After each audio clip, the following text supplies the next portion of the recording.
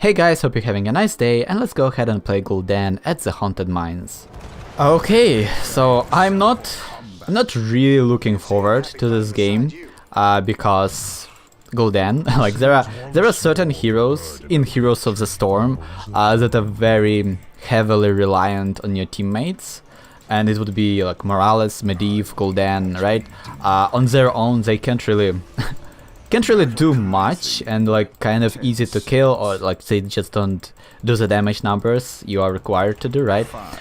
So they are I'm always hesitant in playing them in quick matches, even in like Hero League or like unranked or whatever. It's still kind of a difficult choice because they're just better heroes, kind of. So as Gul'dan, you can kind of go for a couple of different builds. I will go for the corruption build for this game, for no like real particular reason, aside from the fact that it's kind of fun to use and can be quite decent. And usually, like the biggest thing for me is when choosing my build is that I won't. Okay, we got 2 kills, but we also 3 for 2. Oh well. Things happened. Yeah, that was really difficult to kill them because of Stukov. But yeah, when choosing the build for Gul'dan, usually my main factor to decide the build would probably be Oriel. If there is Oriel on your team, you probably always want to be going for the Fell Flame build, because it's more consistent damage. So Oriel receives much more consistent like energy intake, right? And that can really help your team. Whereas Corruption is really good for poking and just like doing some decent damage from the distance and whatnot. If you aren't really, why is Valera doing that? Like there is no way she's going to kill Stukov out of all heroes on her own. That's just not going to happen. So I have no idea what's happening there. But yeah, Gul'dan, even though like I said how much he is kind of weak or whatever, there are some things that he is able to do very, very effectively, and one of them is dealing with Zul, because it will take only 2 Fell Flames to kill Zul's wave of minions, so obviously Gul'dan can do that quite easily. It's not even going to cost him much mana to do that, and you can then heal up. So like on maps like Blackheart's Bay, Gul'dan can really get a lot of things done. That should be... Damn, he didn't die. He had some healing, I believe. Okay, Zul should have engaged me there. I was so low on the health and everything. I don't know why he didn't just commit to a kill. I don't know, this is kind of weird. He's actually going to die here. Oh well. So as I said before, Gul'dan is really good at dealing with Zul, and that happened, I guess. So for level 4, I really like life tap. Like, Consume Soul is probably like a better choice because it can save your life. But I really like the consistency of life tap. Like, because you with the improved life tap, you only need to tap twice in a team fight, right? Whereas without it, you would need to tap 3-4 times in order to restore most of your mana, and like you just will end up dying because of that, right? So obviously you don't want that to happen. Damn, they do have Cassia though, and as Gul'dan, we are kind of decent at dealing with her. What am I doing? Can you please explain me what am I doing here? Like, what was my plan? What was my plan when I decided to do this? I don't know. I don't know. Well, that happened, I guess. I have no... that was unacceptable.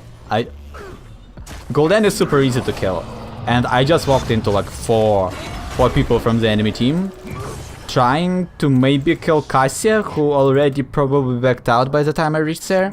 That didn't make much sense. Didn't make much sense whatsoever. But we can contest the boss now. And yeah, since we are Gul'dan, we are spell damage, and they have Cassia, which means that they we are really good at killing her. And that's exactly what we should be doing as Gul'dan. Since she doesn't have any spell resistance, we should be able to easily finish her off. Well, if our team would help us, that is. Because you can't really catch up to them, right? You need some tank with you all the time for the slows and whatnot. Okay, I'm going to tank this thing for my team so that they escape or whatever. It would be nice. Okay, let's just leash the boss then. Or maybe let's not. Or maybe let's do that instead. Let's get Valera killed. How about that? I don't understand. Come on! Oh my gosh. Seriously? Seriously?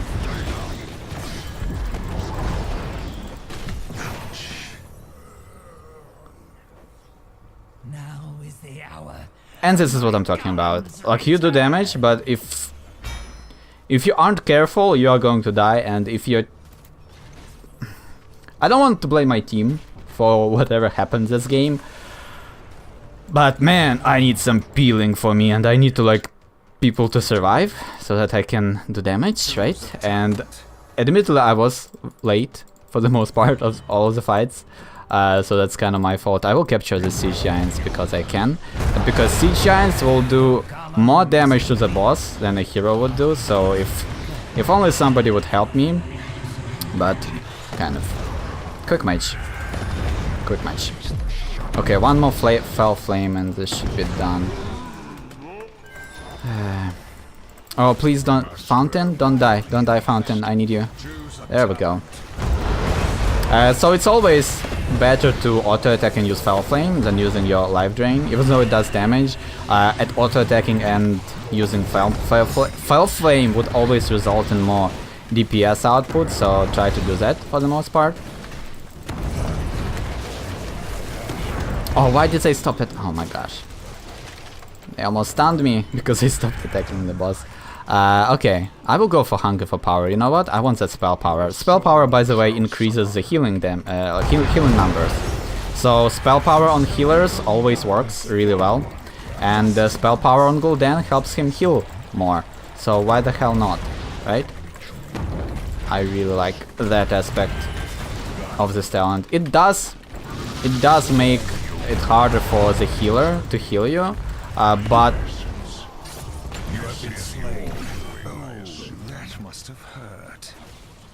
as Gul'dan you can heal yourself, so that's not really an issue. I'm playing way too aggressively and I should stop doing that because my team isn't playing aggressively, which ends up with me being overextended all the time, and I need to stop doing that. I guess I will just be dealing with Souls this whole game. There isn't really much else going for us. That's a dead fort. Maybe? It should be. It has to be a dead fort, come on. There is no way. That's probably even a dead Gul'dan.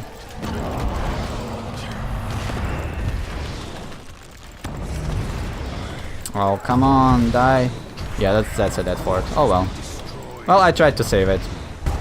Why did I use my... Okay, I used my corruption for nothing. I will help Horrify, so that's nice. So yeah, Gul'dan's like the only saving grace is his... well, that was... Is his corruption. Not corruption, but Horrify. And that's the only thing that will save you in the middle of a fight. Like, sometimes even that won't be enough. Because like if you just get chain stunned all the time and there isn't a cleanse or anything like that, you just aren't able to use your Horrify. Damn, I'm so... Wow, sorry, I don't know, I'm just kind of a bit thrown off by this game.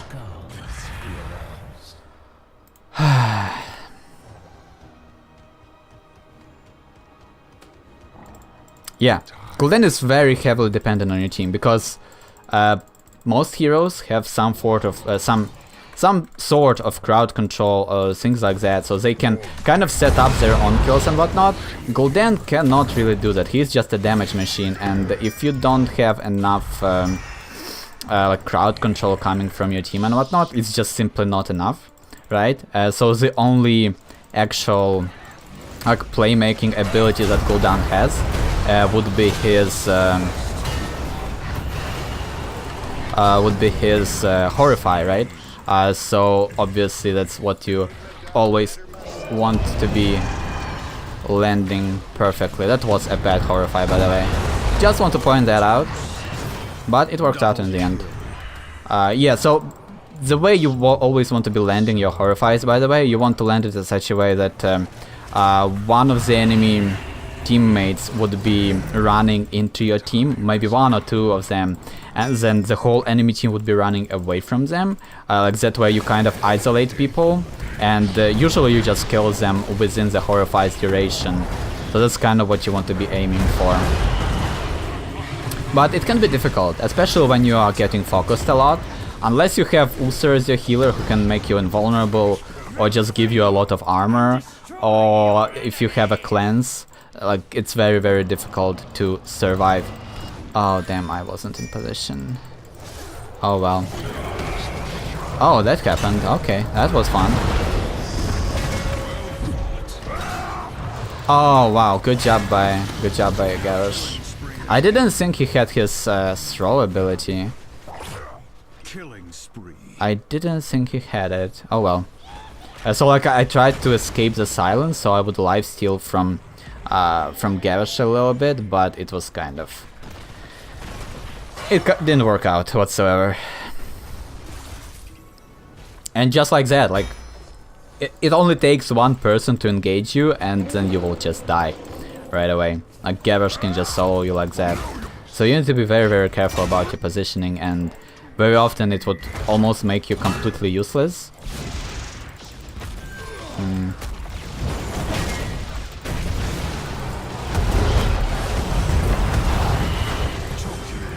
Okay, can we keep going? We finally stacked our corruption, so what will happen now is that it will bounce back.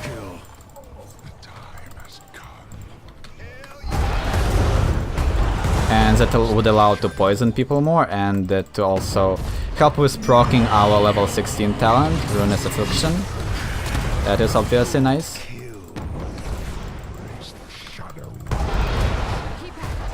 That's a dead Falstead, I hope. No, he probably... Oh no, he died. Oh well, that happened. That was cool. That was nice. Do we... Okay, I will stay here and just capture this camp. That seems like a good idea.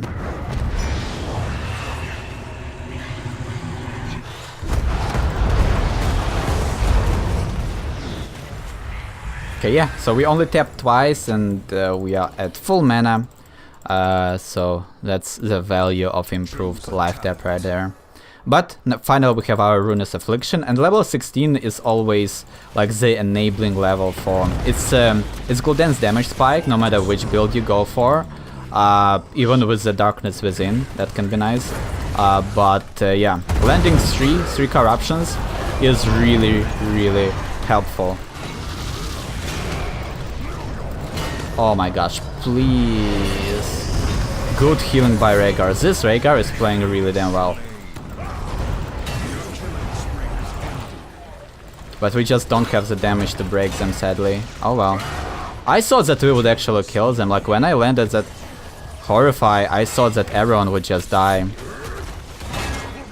Also, I think our Valeera is playing way too safe. Like, she is always looking for a kill. She is always looking like to assassinate people rather than actually be doing damage and be like effective in a team fight. At least whenever I look at her, that's what she does. But I'm obviously trying to pay attention to like what I'm doing, so I might be wrong there. I might be wrong there. Yeah, like everyone was so low at health and nobody was on so low health and nobody died. That felt so weird. Can we catch this Falstead? If Diablo engages him, like that should be a dead bird. Oh, he ran the right way. I should have waited for him to dash before using my corruption, by the way.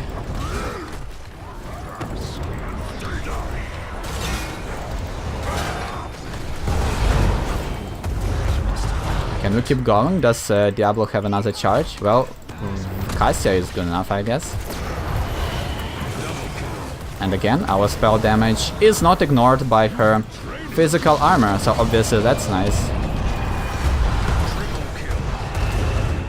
And that should be a dead bird. Yay! There we go. Yeah, like level 16 corruption build is just so damn awesome. That bonus damage really helps, and like also every time like your corruption actually hits, it does instant damage and mean impact. So that obviously works really well. Why didn't... If Alira chased him, like she has much better chase potential than Stukov has the escape potential. I don't understand why she didn't just chase him down.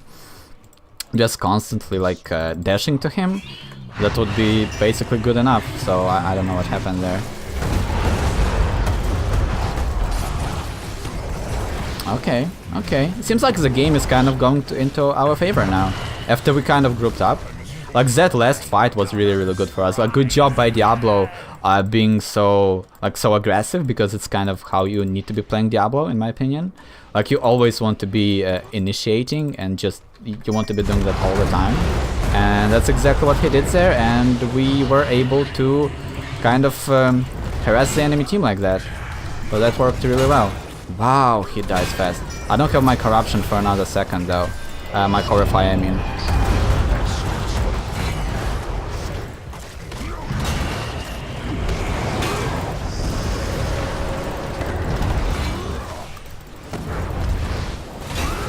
Okay. Double kill.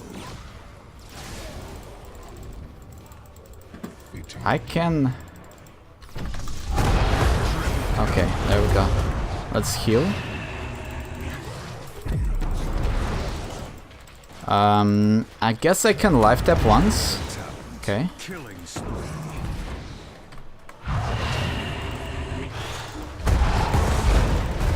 Okay. Crisis averted. Damn, that was a bad fight for us. I didn't have my Horrify. By the way, I keep calling Horrify corruption, I think. That's my bad. I don't know, like they focus me so much, but also like Rhaegar is able to land his ancestral healing on me consistently, so I will go for Haunt instead. Because if I go for Demonic Circle and then Rhaegar uses his ancestral on me and I just leave the fight, that would be a huge, like a huge waste of a really good cooldown for Rhaegar, and I don't want that to happen, obviously. So I will go with vulnerability on Horrify, and that would allow my team to maybe secure a kill faster. Also, I should be helping them now, but like I can do camps really fast with the corruption build, so I felt like doing that would be maybe a better choice. Now we can kind of pressure top since we are level 20. Damn, they hurt.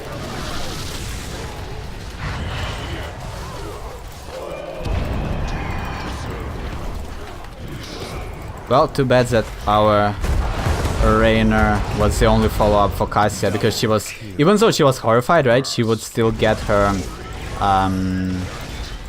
armor, physical armor, so Rainer wasn't really able to do much damage to her. Okay, we have Diablo here. If he doesn't engage, that can be fun. Okay. Okay.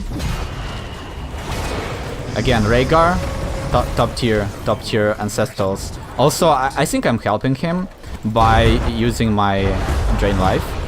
Like, because I'm using my Drain Life, like I'm always trying to use it consistently so that he has the opportunity to kind of shield me, to save me, because I would heal myself also in the process, so I feel like it was good cooperation. But yeah, Diablo and Rhaegar did really good jobs this game. I was so rambly. I was so damn rambly this game. I don't know what happened there. I was a little bit like thrown off, I guess, by all of the pressure I was getting as Gul'dan. So I'm sorry if I wasn't, if that was very like bad quality commentary, but damn, this game was hard. Game was really hard to play. You know what? I think Stukov played really damn well. He was always able to keep his team alive, even in situations where they were at like 10% health and whatnot.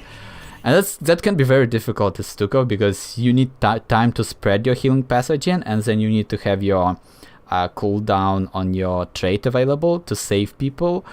So the fact that he was able to do that consistently throughout the game, that was really impressive. But Rhaegar should have been on the MVP screen I'm gonna be honest there. Like, he played really damn well. I didn't even really mention about the benefits of the Foul Flame build, because I mean, first of all, it's when you have Oriel, but also Foul Flame is a little bit more like when you go for Corruption build, you become slightly more burst damage dealer, right?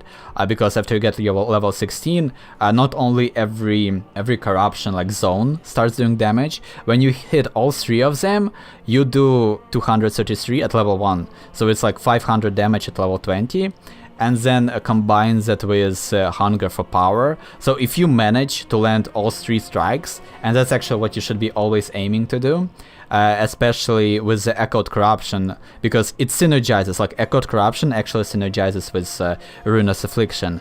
So if you keep landing that, like, it can be a lot of burst damage that is really can be really difficult to deal with. And even if they deal with the burst damage, you still have that poison going on them, and that can be just devastating. So yeah, that's kind of what Corruption build is based on. Whereas the Foul Flame build is more based around doing consistent damage, but I would say slightly less than with the Corruption. Like, the potential damage for Corruption build is much higher than the damage of the Foul Flame build, but the Foul Flame build is much more consistent.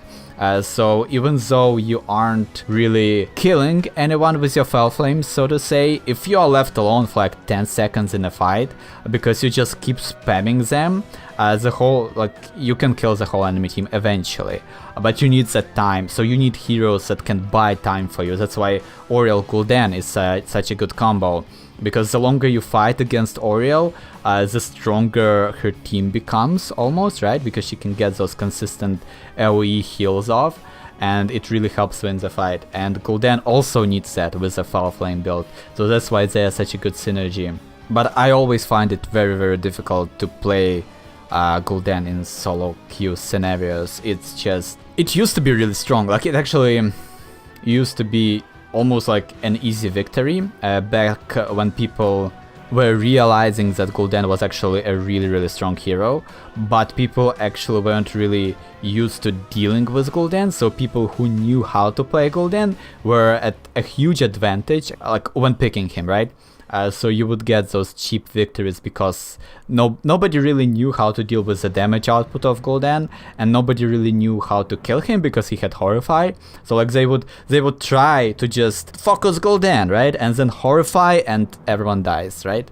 And now people kind of got smarter about that, so they don't like heavily dive Gul'dan unless they have a lot of crowd control on their side, and that's exactly how you want to be playing versus him, because if you chain stun him, there is nothing he can do to keep him alive. So if you have really good dive heroes, you can just break him that easily. Or even if you pair Gul'dan with Oriel nowadays, it doesn't really offer as much as it used to, because again, people now understand how to break that. You just focus one person, you don't spread the damage, and you don't group up. Simple as that. Actually no, that's not really that simple. Like with the latest hero releases, like we have Stukov now, we have Garage. Both of those heroes are really good at breaking the whole Gul'dan and Oriel combo synergy, because of the silence, because of the even Stukov's like ultimates. They also help with breaking that, because if you keep like knocking back Oriel or Gul'dan or whatever, they aren't really able to do damage, and we saw exactly that like in this game. Like whenever Stukov used his ultimate, I wasn't able really to do much. Even though I was spamming my abilities, they just wouldn't go off because there is just a slight cast time to them, and you can't just like drop them like that. So that was a little bit awkward, but hey, also like Garrosh displacement is really good versus that combo. Like if you pull in Gul'dan, actually it would be better to pull in Oriel.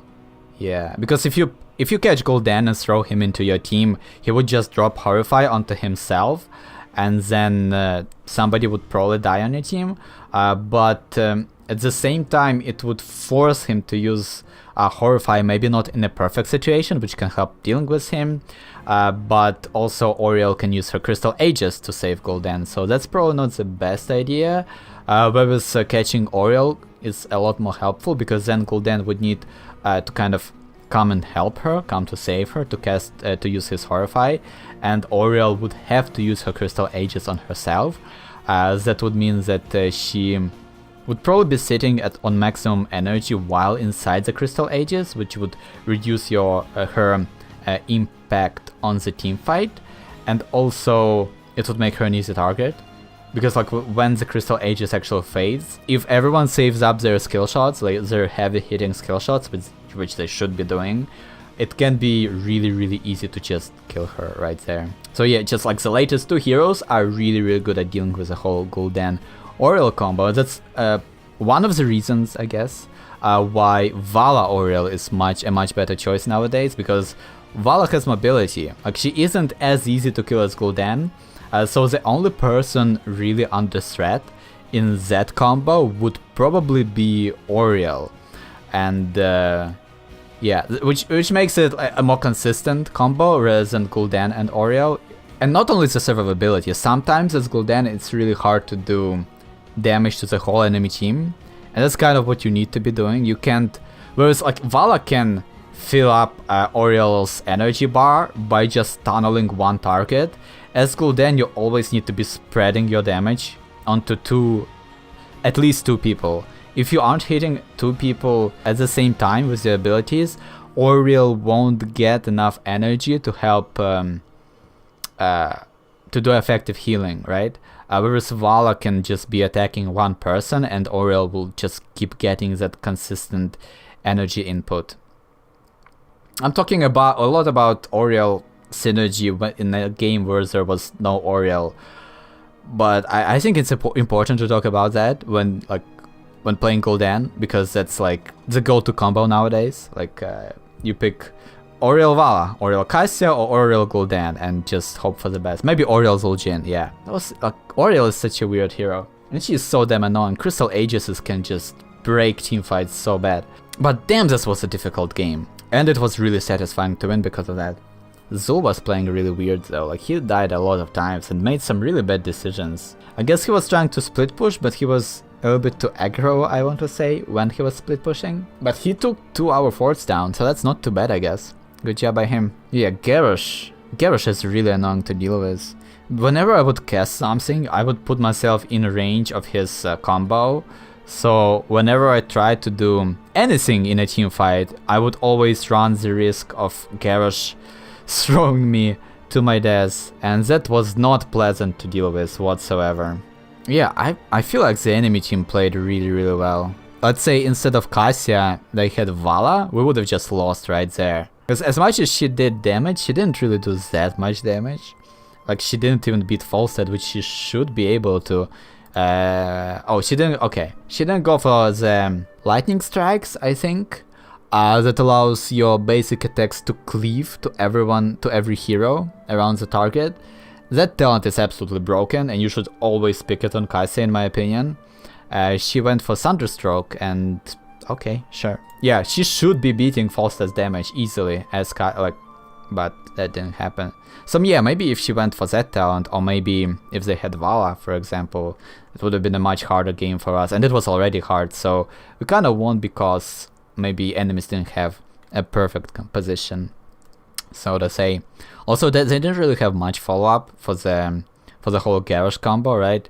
They had a root, some Falstad damage. Falstad does actually really good follow-up because of his burst, and he went for the correct build with the boomerang. Okay, Gathering Storm also kind of makes sense in that way, but I don't know, I would still go for Seasoned Marksman, just a bit more consistent. I'm rambling a lot, and I keep saying that I'm rambling a lot, and that's not good. I think I need to stop. This is a very long video. Yeah. So if you enjoyed it, consider subscribing, and as always guys, thank you so much for watching, and see you next time.